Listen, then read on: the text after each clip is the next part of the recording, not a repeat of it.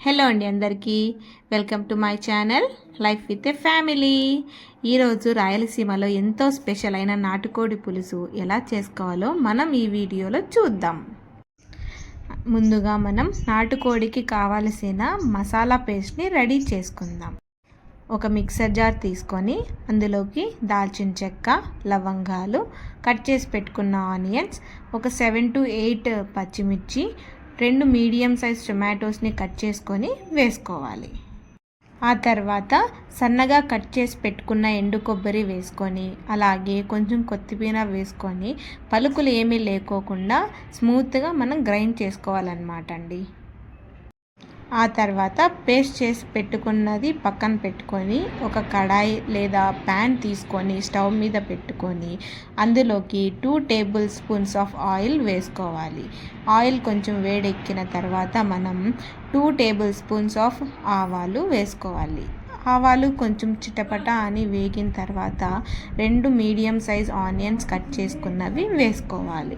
Onions కొద్దిగా gold brownish colour వచ్చిన తర్వాత మనం మ్యారినేట్ చేసి పెట్టుకున్న చికెన్ని వేసుకోవాలి.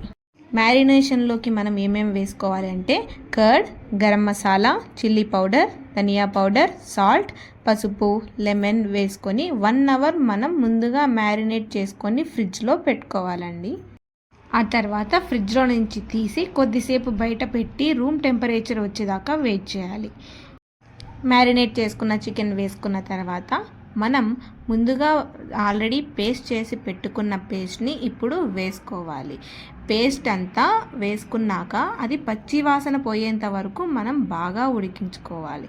ఆ తర్వాత మనం మ్యారినేషన్లో కాకుండా తర్వాత మన కర్రీకి కన్సిస్టెన్సీకి తగ్గట్టు లేదా ఎవరి టేస్ట్ వాళ్ళకి తగ్గట్టు మనం కొంచెం ధనియా పౌడర్, కొంచెం కారం, కొంచెం గరం మసాలా వేసుకొని అదంతా పచ్చివాసన పోయేంత వరకు మనం బాగా ఉడికించుకోవాలన్నమాట.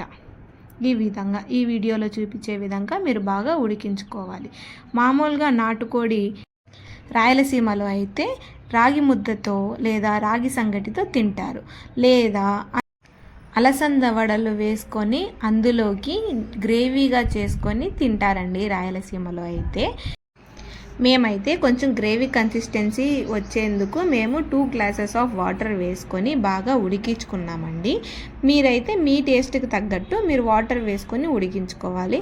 మామూలుగా అయితే నార్మల్ చికెన్ అయితే మేము కుక్కర్లో పెట్టుకోము. ఇది నాటుకోడి కాబట్టి మనం దగ్గర 7 to 8 విజిల్స్ వచ్చేదాకా మనం ఉడికించుకోవాలండి బాగా. ఈ విధంగా వాటర్ వేసుకొని అంతా ఒకసారి నీట్గా కలుపుకోవాలండి. కలుపుకున్న తర్వాత కుక్కర్ మూత పెట్టేసేయాలి. మీకు నా వీడియోస్ అన్నీ నచ్చినట్లయితే ప్లీజ్ లైక్ చేయండి, షేర్ చేయండి, సబ్స్క్రైబ్ చేయండి. నా వీడియోలో ఏవైనా తప్పులుంటే ప్లీజ్ అందరూ కమెంట్ చేయండి.